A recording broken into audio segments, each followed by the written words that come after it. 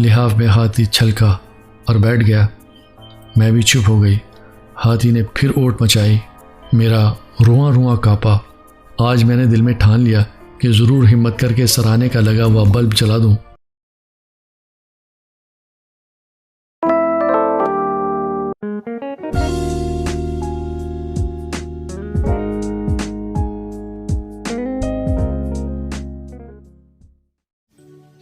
Hi friends, मैं हूं आपके साथ आपका दोस्त और होस्ट आजम शाह। गाइस, इस दुनिया में कुछ लोग ऐसे होते हैं जो गुजरते वक्त के साथ साथ समाज और समाज में हो रही चीज़ों का मुशाहिदा करते हैं, ऑब्जर्व करते हैं, और मुशाहिदा करने के बाद यानी ऑब्जर्व करने के बाद जो चीज़ें उनके जहन में आती हैं उनका वो इजहार करते हैं।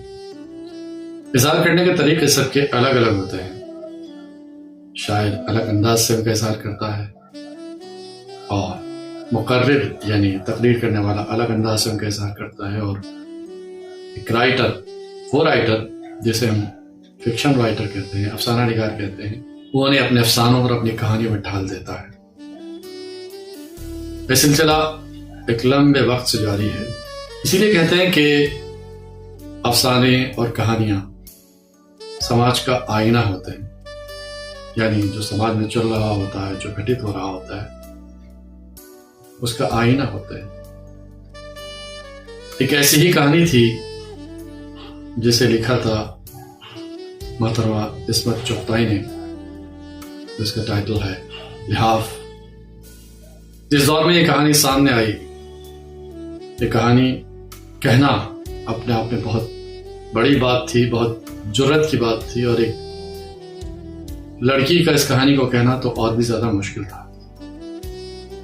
लेकिन इस्मत चुगताई ने हिम्मत से काम लेते हुए अपने एहसासात को, अपने मुशाहिदात को, अपने ऑब्जर्वेशन को एक कहानी की शक्ल दी, एक अफसाने की शक्ल दी। और लिहाफ एक ऐसी कहानी है जिसे सुन के, जिसे देख के, जिसे महसूस करके ऐसा लगता है कि शायद आज भी कहीं ना कहीं इस तरह के वाक़यात, इस तरह की चीज़ें रूनुमा हो रही हैं। आइए इस अफसाने को सुनते हैं और फिर तय करते हैं कि अफसाना आज के दौर में इस तरह की अक्कासी करता है। टाइटल है लिहाफ, लिखा है मोहतरमा इस्मत चुगताई ने। आइए सुनते हैं। जब मैं जाड़ों में लिहाफ ओढ़ती हूँ तो पास की दीवारों पर उसकी परछाई हाथी की तरह झूमती हुई मालूम होती है, और एकदम से मेरा दिमाग बीती हुई दुनिया के पर्दों में दौड़ने भागने लगता है। न जाने क्या कुछ याद आने लगता है। माफ़ कीजिएगा, मैं आपको खुद अपने लिहाफ का रोमान अंगेज़ जिक्र बताने नहीं जा रही हूँ। न लिहाफ से किसी किस्म का रोमान जोड़ा ही जा सकता है। मेरे ख्याल में कंबल आरामदेह सही, मगर उसकी परछाई इतनी भयानक नहीं होती जितनी जब लिहाफ की परछाई दीवार पर डगमगा रही हो। यह तब का जिक्र है जब मैं छोटी सी थी और दिन भर भाइयों और उनके दोस्तों के साथ मार कुटाई में गुजार दिया करती थी। कभी कभी मुझे ख्याल आता कि मैं कमबख्त इतनी लड़ाका क्यों हूँ।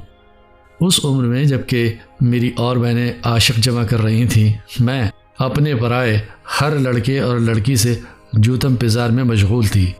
यही वजह थी कि अम्मा जब आगरा जाने लगीं तो हफ्ता भर के लिए मुझे अपनी मुँह बोली बहन के पास छोड़ गई। उनके यहाँ अम्मा खूब जानती थी कि चूहे का बच्चा भी नहीं और मैं किसी से भी लड़ भिड़ न सकूँगी। सज़ा तो खूब थी। हाँ, तो अम्मा मुझे बेगम जान के पास छोड़ गई। वही बेगम जान जिनका लिहाफ अब तक मेरे जहन में गर्म लोहे के दाग की तरह महफूज है।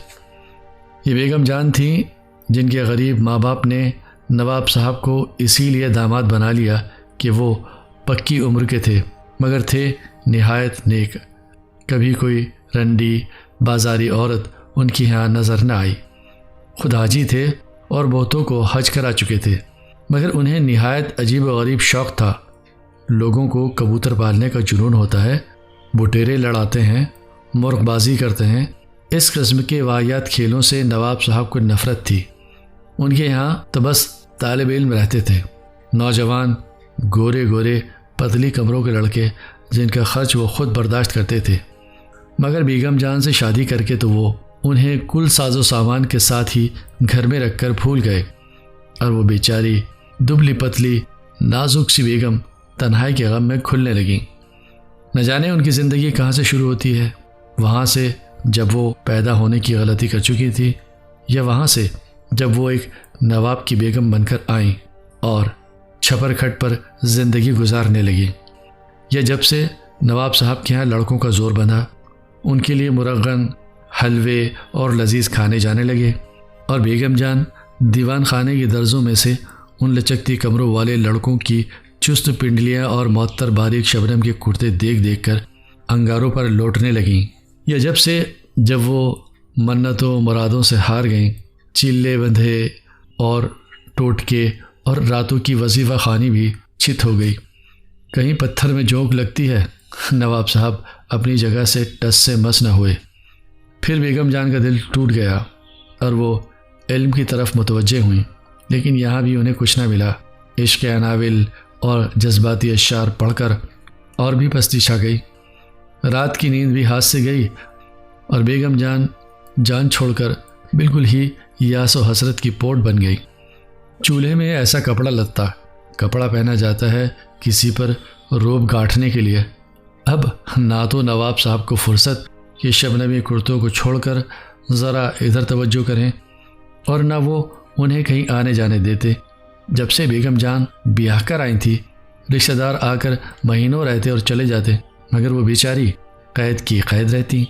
उन रिश्तेदारों को देखकर और भी उनका खून जलता था कि सब के सब मज़े से माल उड़ाने, उम्दा घी निगलने, जाड़ों का साजो सामान बनवाने आन मरते, और बावजूद नई रुई के लिहाफ के बड़ी सर्दी में आकड़ा करती।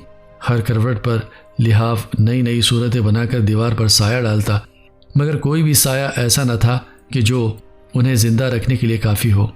मगर क्यों जिए फिर कोई ज़िंदगी? बेगम जान की ज़िंदगी जो थी, जीना बदा था, वो फिर जीने लगी और खूब जी। रब्बों ने उन्हें नीचे गिरते गिरते संभाल लिया।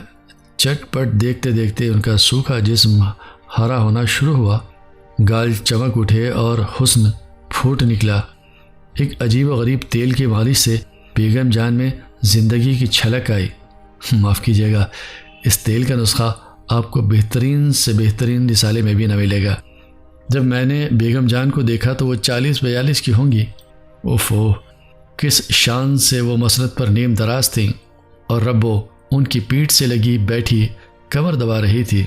एक ऊदे रंग का दोशाला उनके पैरों पर पड़ा था और वो महारानी की तरह शानदार मालूम हो रही थी। मुझे उनकी शक्ल बेइंतहा पसंद थी। मेरा जी चाहता था घंटों बिल्कुल पास से उनकी सूरत देखा करूं।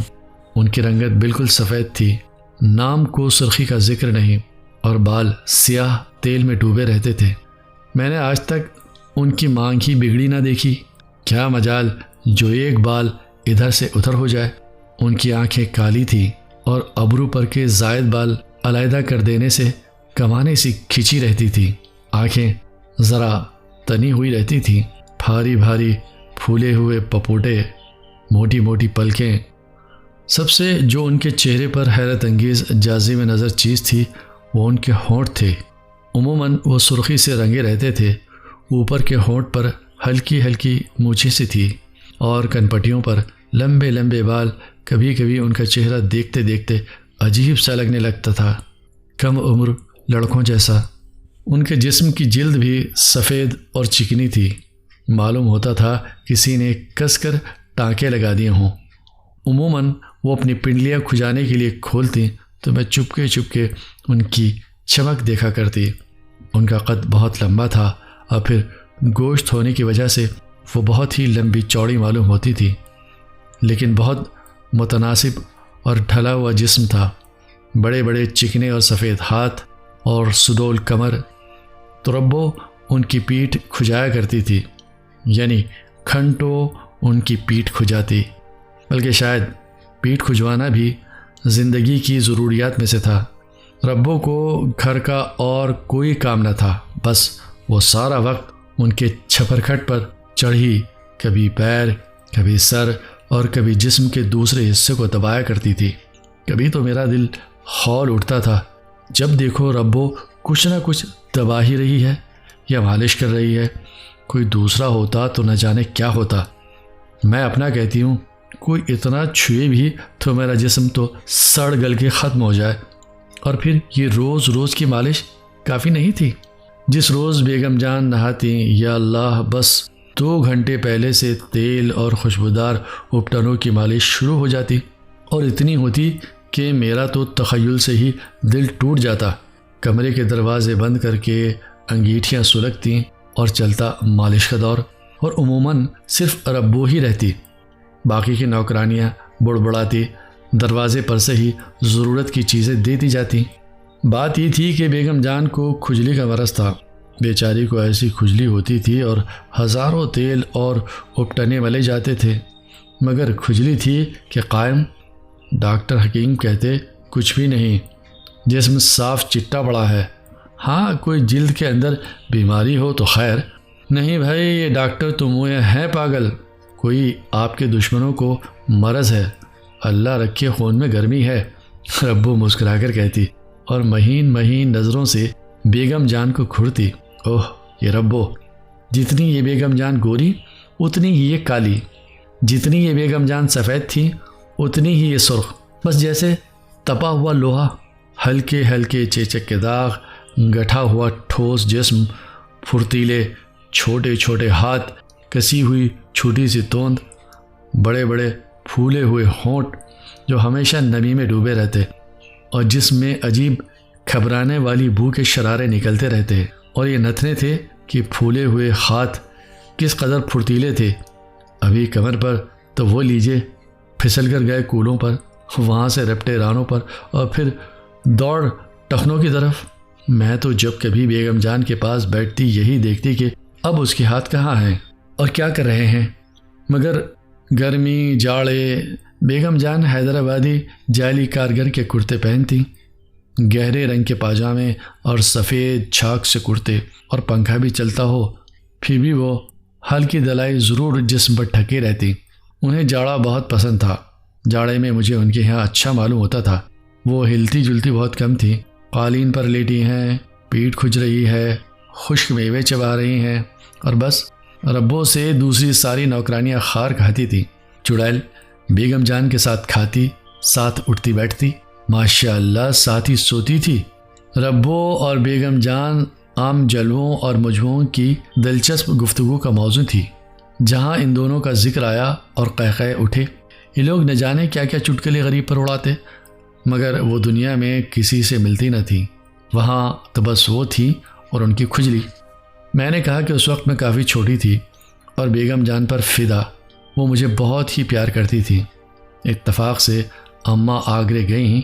उन्हें मालूम था कि अकेले घर में भाइयों से मार कुटाई होगी, मारी मारी फिरूंगी, इसलिए वो हफ्ता भर के लिए बेगम जान के पास छोड़ गईं। मैं भी खुश और बेगम जान भी खुश। आखिर को अम्मा की भाभी बनी हुई थी। सवाल ये उठा कि मैं सोऊं कहाँ। कुदरती तौर पर बेगम जान के कमरे में, लिहाजा मेरे लिए भी उनके छपरकट से लगाकर छोटी सी पलंगड़ी डाल दी गई। 11 बजे तक तो बातें करते रहे। मैं और बेगम जान ताश खेलते रहे और फिर मैं सोने के लिए अपने पलंग पर चली गई। और जब मैं सोई तो रब्बो वैसी ही बैठी, उनकी पीठ खुजा रही थी, भंगन कहीं की। रात को मेरी एकदम आँख खुली तो मुझे अजीब तरह का डर लगने लगा। कमरे में खूब अंधेरा और इस अंधेरे में बेगम जान का लिहाफ ऐसे हिल रहा था जैसे उसमें हाथी बंधा हो। बेगम जान, बेगम जान, मैंने डरी हुई आवाज़ निकाली। हाथी का हिलना बंद हो गया, लिहाफ नीचे दब गया। क्या है, सो रहो? बेगम जान ने कहीं से आवाज़ दी।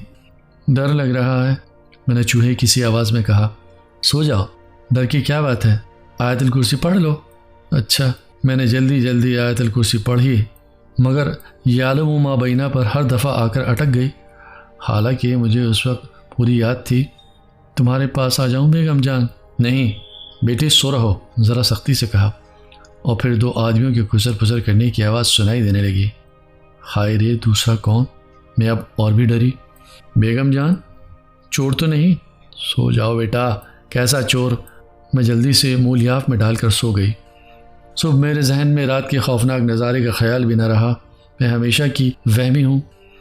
रात को डरना, उठ उठ कर भागना और बुड़बुड़ाना तो बचपन में रोज़ ही होता था।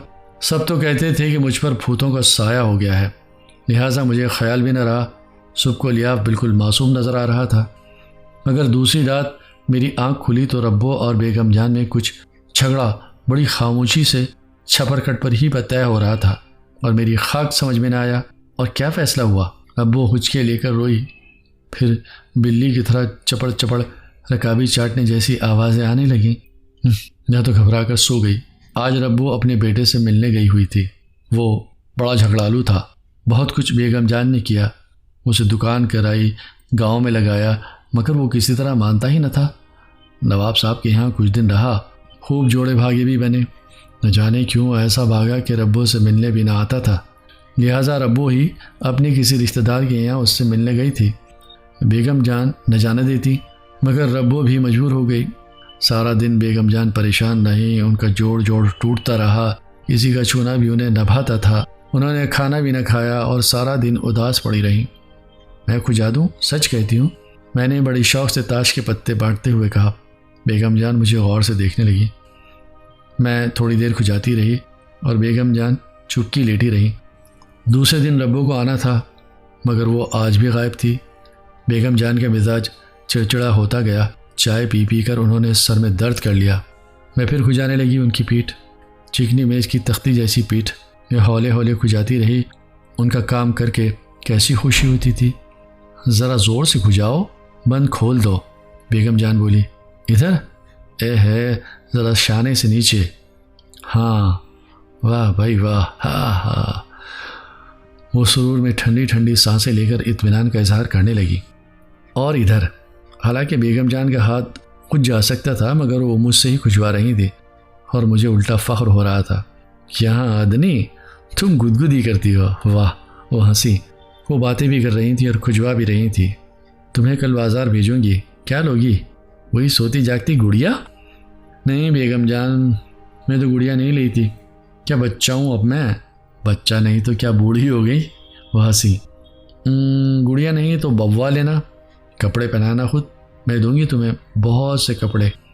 सुना? उन्होंने करवट ली। अच्छा, मैंने जवाब दिया।